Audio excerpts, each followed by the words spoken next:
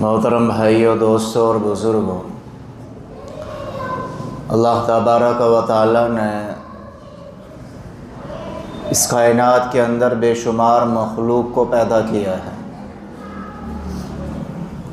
اس مخلوق کو پیدا کرنے والا اور اس کی تمام ضروریات کو پیدا کرنے والا اور پھر ان ضروریات کو ان کی ضرورت کے وقت ان تک پہنچانے والا صرف اللہ ہے۔ جتنی بھی اللہ تبارک و تعالیٰ کی مخلوقات ہے، ان میں سے ایک ہے جنات،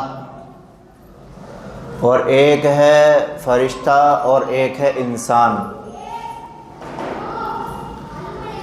جنات کے اندر سرکشی کا مادہ زیادہ رکھا ہوا ہے،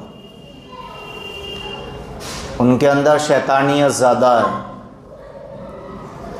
اگرچہ جنات نیک بھی ہوتے ہیں، لیکن ان کے اندر سرکشی اور بدمعاشی کا پہلو زیادہ رکھا گیا ہے۔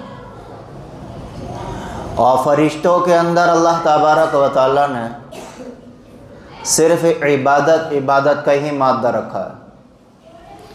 ان کے اندر سرکشی نہیں ہے، ان کے اندر بدمعاشی، گناہ گاری، اللہ کی نافرمانی کا مادہ بالکل نہیں۔ اور تیسری مخلوق ہے انسان۔ تو انسان کے اندر اللہ تبارک و تعالیٰ نے دونوں مادوں کو رکھا ہے۔ دونوں چیزوں کو اللہ تبارک و تعالیٰ نے انسان کے اندر پیدا کیا ہے کہ یہ انسان کے اندر سرکشی بھی ہے اور اس کے اندر نیکیاں کرنے کا مادہ بھی ہے۔ دونوں چیزوں کو اللہ تعالیٰ نے رکھا ہے۔ جب یہ انسان گناہ گاری والی زندگی گزارتا ہے تو سرکشی اس کے اوپر غالب آ جاتی ہے، اور جو رحمانیت والا مادہ ہے وہ مغلوب ہو جاتا ہے۔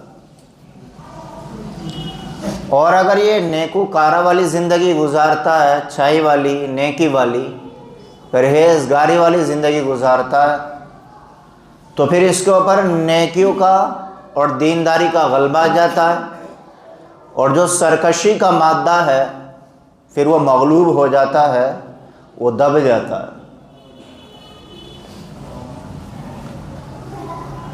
اسی لیے اللہ تبارک و تعالیٰ نے انسانوں کے لیے اور خاص طور سے ایمان والوں کے لیے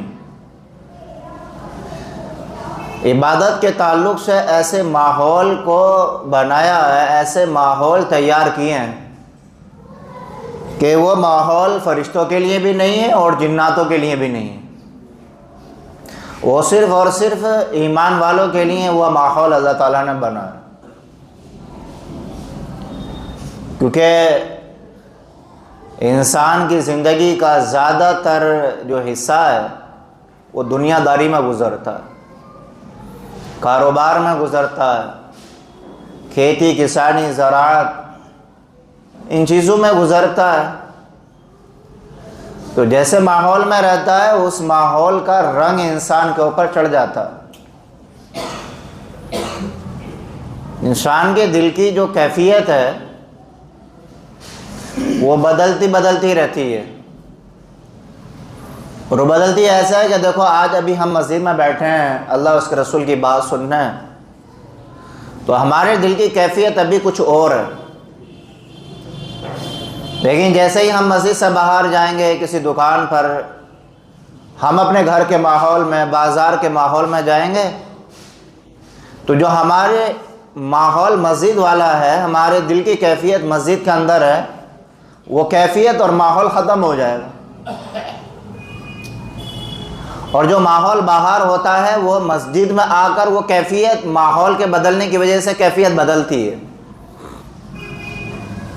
تو ہماری جو شب و روز ہے، صبح و شام ہے ہماری، دن رات، ہمارے مہینے، ہمارے ہفتے، ہمارے سال، ہماری زندگی کے زیادہ تر جو مراحل ہیں، تو وہ دنیا کے ماحول میں گزرتے ہیں، دنیا داری کا ماحول ہے، اور بعض دفعہ انسان ایسے ماحول میں چلا جاتا ہے جہاں گناہ گاری کا، اللہ کی نافرمانی کا ماحول ہے۔ تو یہ رنگ برنگی دنیا جو انسان کے سامنے آتی ہے، اس کی وجہ سے انسان کے جو دل کی اور ایمان کی کیفیت ہے وہ عدلتی بدلتی ہے۔ اس لیے رسول اللہ صلی اللہ علیہ وسلم نے ارشاد فرمایا کہ اپنے ایمان کو تازہ کیا کرو، اپنے ایمان کو نیا کیا کرو۔ ایک حدیث شریف ہے، رسول اللہ صلی اللہ علیہ وسلم نے فرمایا اپنے ایمان کو نیا کیا کرو، جددو ایمانکم۔ تو رسول اللہ صلی اللہ علیہ وسلم نے صحابہ نے کہا یا رسول اللہ کیا ایمان بھی پرانا ہوتا ہے؟ تو پھر رسول اللہ صلی اللہ علیہ وسلم نے مثال دے کر سمجھایا اور بتایا کہ دیکھو جس طریقے سے بدن پر پہننے والے کپڑے پرانے ہوتے ہیں، ان کے نقش و نگار، بیل بوٹے، ان کی جو کڑھائی سجائی وغیرہ ہوتی ہے وہ بھی پہنتے پہنتے، استعمال کرتے کرتے مدھم پڑ جاتی ہے، اس کی رگڑائی ہوتے ہوتے۔ تو رسول اللہ صلی اللہ علیہ وسلم نے فرمایا اسی طریقے سے تمہارا ایمان بھی پرانا ہوتا ہے، مدھم پڑتی ہے اس کی طاقت۔ تو آقا نے ارشاد فرمایا پھر کپڑے کو صاف ستھرا کرنے کے لیے کیمیکلز آ گئے، آج کے زمانے میں صابن آ گئے، رسول اللہ صلی اللہ علیہ وسلم کے زمانے میں چونے وغیرہ تھے، پانی اور چونے کا استعمال ہوتا تھا۔ آج لوگ یہ چیز بھول ہی گئے کہ چونے سے بھی کپڑا صاف ہوتا ہے، کسی اور چیز سے صاف ہوتا ہے۔ آج ان تمام چیزوں کی چھٹی ہو گئی، تو صحابہ نے یہی کہا تھا کہ کپڑے کی صفائی ستھرائی پانی وغیرہ سے ہو جاتی ہے، لیکن ایمان کی تازگی کیسے پیدا ہوگی؟ ایمان کیسے تازہ ہوگا؟ ایمان کے اندر روشنی، ایمان کے اندر نیا پن کیسے آئے گا؟ تو رسول اللہ صلی اللہ علیہ وسلم نے ارشاد فرمایا تھا کہ دیکھو جو ایمانی ماحول ہوتے ہیں، جو اسلامی ماحول ہوتے ہیں، جہاں اللہ اور اس کے رسول کی بات کی جاتی ہے اور سنی جاتی ہے، ایسی مجلسوں میں جو بندہ بیٹھتا ہے تو اللہ تبارک و تعالیٰ اس کے ایمان کو روشنی عطا فرما دیتا ہے، طاقت عطا فرما دیتا ہے، اور پھر اس کا فائدہ یہ ہوتا ہے کہ انسان گناہ کی مجلسوں سے اپنے آپ کو بچاتا ہے۔ جب ایمان میں طاقت ہوتی ہے تو مسجد آنا آسان ہوتا ہے، جب ایمان میں طاقت ہوتی ہے تو گناہوں سے بچنا آسان ہو جاتا ہے، اور جب ایمان میں طاقت نہیں ہوتی، ایمان کمزور ہوتا ہے، تو اس کے سامنے نیکی کا ماحول کیا، گناہ کا ماحول کیا، سب برابر ہے۔ تو انسان کو اللہ تبارک و تعالیٰ نے خیر اور شر ان دونوں چیزوں سے ملا کر بنایا ہے۔ کبھی یہ غالب آ جاتا ہے اور کبھی وہ غالب آ جاتا ہے، کبھی شر غالب آ جاتا ہے اور کبھی خیر غالب آ جاتی ہے۔ جب شر غالب آتی ہے تو شر کے غالب آنے کی وجہ سے انسان خود بھی پریشان ہوتا ہے اور دوسروں کو بھی پریشان کرتا ہے۔ مثال کے طور پر انسان کے اوپر جب شر غالب آتی ہے تو نشہ کرنے لگتا ہے، شراب پینے لگتا ہے اور دوسرے نشے کرنے لگتا ہے، ماں باپ کی نافرمانی کرنے لگتا ہے، چوری کرنے لگتا ہے۔ اب جتنے بھی یہ گناہ ہیں، ان گناہوں کی وجہ سے خود بھی پریشان، دوسرے بھی پریشان۔ اب دیکھو مثال کے طور پر مثال دے رہا ہوں، وضاحت کا تو ٹائم نہیں ہوتا۔ ایک انسان نشہ کرنے لگے تو اب اس کے نشے سے یہ خود تو پریشان ہو گئی، دوسرے بھی پریشان ہوں گے۔ بیوی بچے ہیں تو وہی پریشان ہوں گے، اور اگر بیوی بچے نہیں ہیں، ماں باپ ہیں، بھائی بہن ہیں، تو وہی پریشان ہوں گے۔ اور گھر کے باہر کے جو لوگ ہیں وہ بھی پریشان، کیونکہ جب اس کے پاس نشے کے لیے پیسہ نہیں ہوگا تو کبھی مسجد کی ٹوٹی لے جائے گا کھول کے،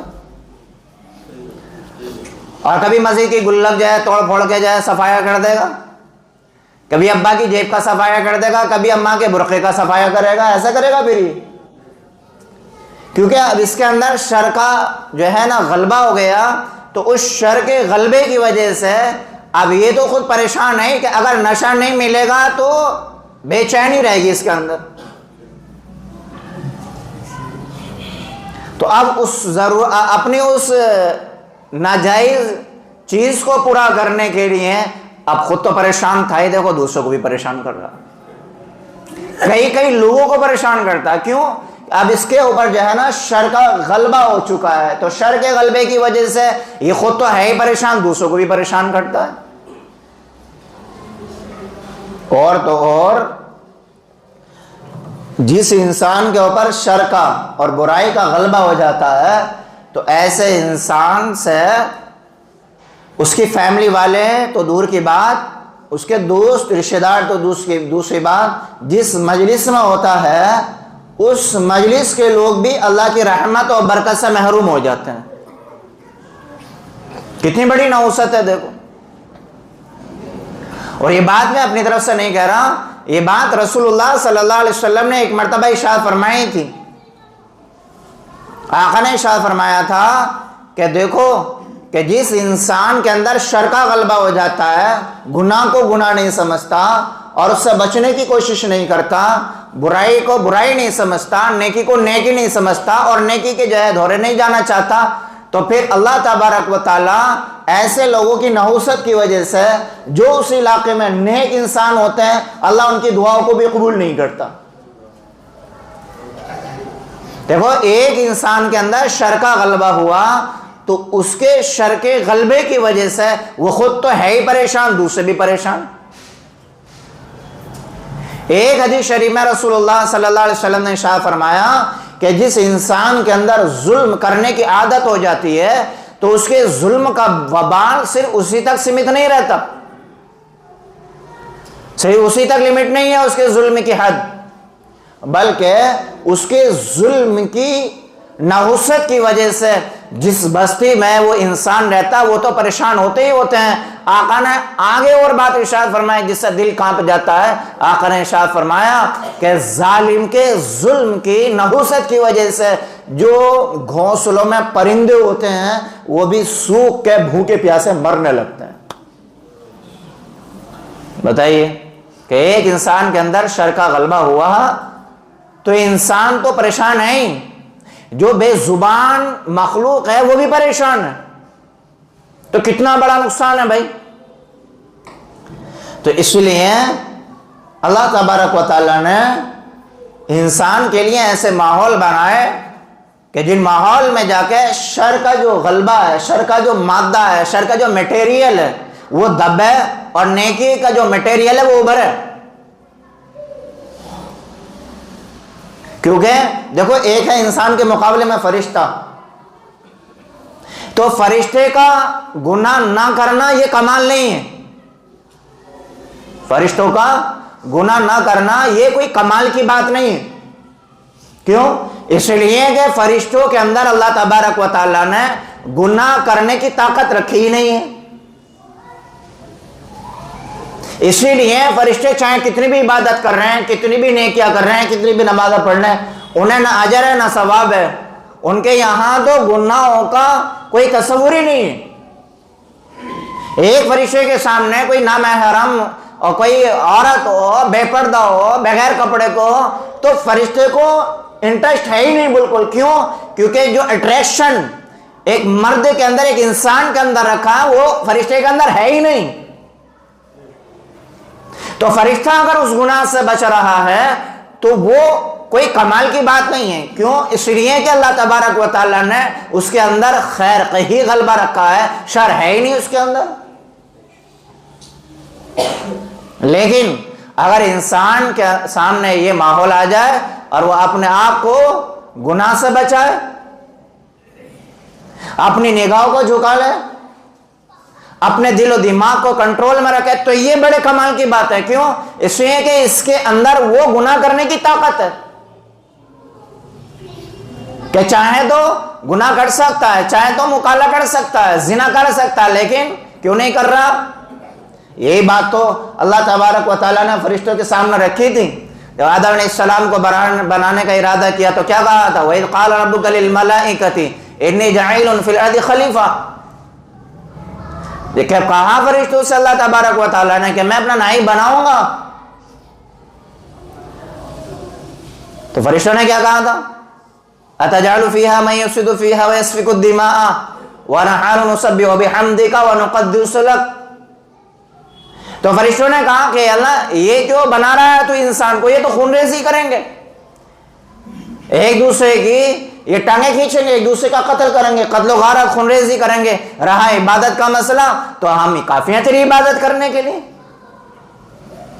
تو اب اللہ تبارک و تعالیٰ نے یہ ان سے کہا کہ دیکھو تمہارا عبادت کرنا کوئی کمال کی بات نہیں ہے، تمہارا نماز پڑھنا، سجدے کرنا، رکوع کرنا یہ کمال کی بات نہیں ہے، میں جس انسان کو پیدا کر رہا ہوں، جس انسان کو بنا رہا ہوں، اس انسان کے اندر خیر اور شر دونوں چیزیں ہوں گی، اور وہ شر پر قدم رکھ کر، شر کا گلا دبا کر جب نیکیوں کی طرف آئے گا تو یہ بڑے کمال کی بات ہوگی، یہ خیر کی بات ہوگی۔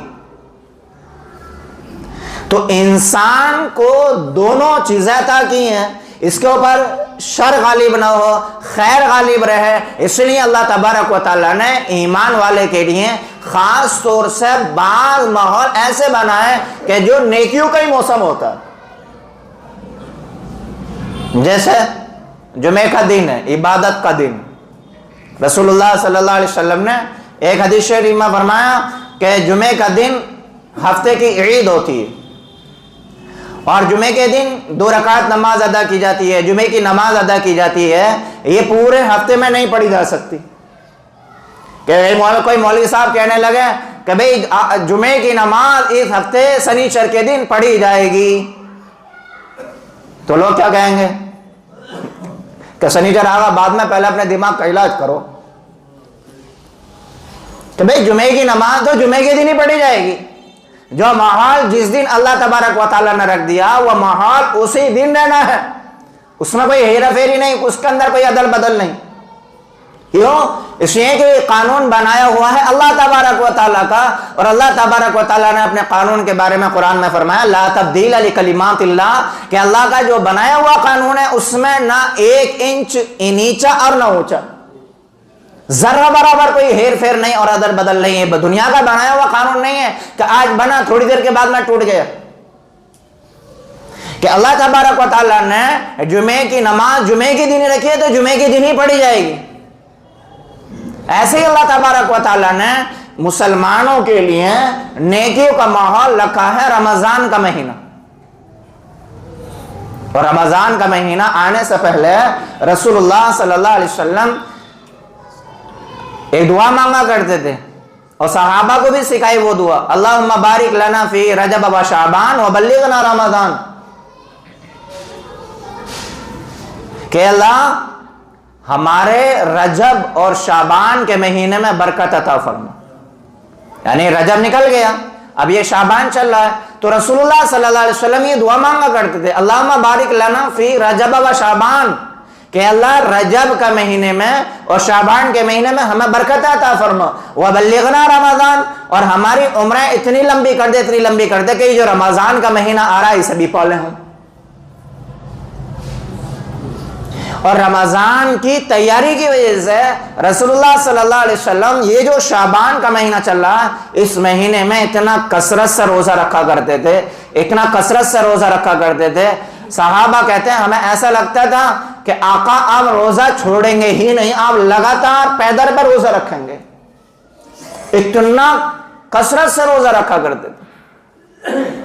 جیسے کسی انسان کو جاب کرنی ہو تو اب اسے ریس کرنی ہوتی ہے نا، بھاگ دوڑ کرنی پڑتی ہے، وہاں پر فزیکل دینا پڑتا، تو اس میں بھاگ لگانی بھی پڑتی ہے۔ تو اب ایسا نہیں ہے کہ پوری زندگی سویا اور جا کے جو ہے لائن میں کھڑا ہو گیا ریس کرنے والوں کی، تو بتاؤ یہ آگے نکلے گا؟ بلکہ اس کو کئی مہینوں پہلے سے ریس کرنی پڑے گی، رننگ کرنی پڑے گی، صبح صبح اٹھنا پڑے گا، صبح کا جو ماحول ہے اس کو رننگ کے حوالے کرنا پڑے گا، دھیرے دھیرے شروع کرے گا، دھیرے دھیرے چلے گا، دھیرے دھیرے دوڑے گا. جب اس کی جو فٹنس ہے جب بالکل تیار ہو جائیں گی اور جب فزیکل میں اترے گا تو 100/100 نمبر لائے گا. ایسے ہی رسول اللہ صلی اللہ علیہ وسلم اس مہینے میں اتنا کثرت سے روزہ رکھا کرتے تھے امت کو سکھانے کے لیے کہ دیکھو رمضان کا مہینہ ہے، اس مہینے میں تمہیں روزہ رکھنے میں کوئی دقت و پریشانی نہیں آنی چاہیے. دیکھو تمہارے نبی کتنے کثرت سے روزہ رکھ رہے ہیں تاکہ اس مہینے میں تمہیں پریشانی نہ. تو بہرحال میں یہ بتا رہا تھا کہ ایمان والا اس دور سے بھی گزرتا ہے، اس دور سے بھی گزرتا ہے، نیکی کے دور سے بھی گزرتا ہے، اور نیکی کے جو خلاف ماحول ہوتا ہے وہ ماحول بھی اس کے سامنے آتا ہے. تو 11 مہینے ہماری زندگی دنیا میں پھنسی رہتی ہے، تو 11 مہینے دنیا میں پھنسا رہنے کی وجہ سے ہمارے دلوں پر غفلت طاری ہو جاتی ہے، ہمارے دلوں میں ایک سستی پیدا ہو جاتی ہے. اس سستی کو دور کرنے کے لیے اللہ تبارک و تعالی نے سال میں ایک مرتبہ رمضان کا مہینہ عطا فرمایا، اور یہ مہینہ صرف عبادت کرنے کے لیے. ویسے تو اللہ تبارک و تعالیٰ نے قرآن میں ارشاد فرمایا وَمَا خَلَقْتُ الْجِنَّ وَالْإِنسَ إِلَّا لِيَعْبُدُونَ کہ انسان اور جنات کو ہم نے صرف اپنی عبادت کے لیے پیدا کیا. اب اس آیت کا تقاضا یہ تھا کہ انسان نہ کاروبار کرے، نہ دکان، نہ مکان، نہ تجارت، نہ کوئی بزنس، کچھ نہ کرے، صرف عبادت ہی عبادت کرے.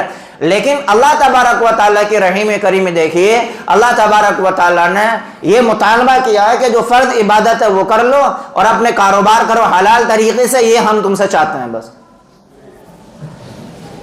لیکن آیت کے اکارڈنگ تو ایمان والے کو کاروبار بھی نہیں کرنا چاہیے تھا، کوئی دنیاوی دھندا نہیں کرنا چاہیے تھا، لیکن اللہ نے اجازت دی ہے کہ چلو عبادت بھی کر لو، اپنی ضرورت کے لیے دھندے وغیرہ بھی کرو.